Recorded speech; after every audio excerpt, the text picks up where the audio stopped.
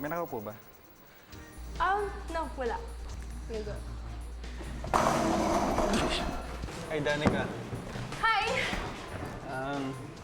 Swerte ko tsaka masaya ko kasi nagrupo kita. Masaya ka? Ganun? Happy ka? Kasi ako hindi. Si Mauro.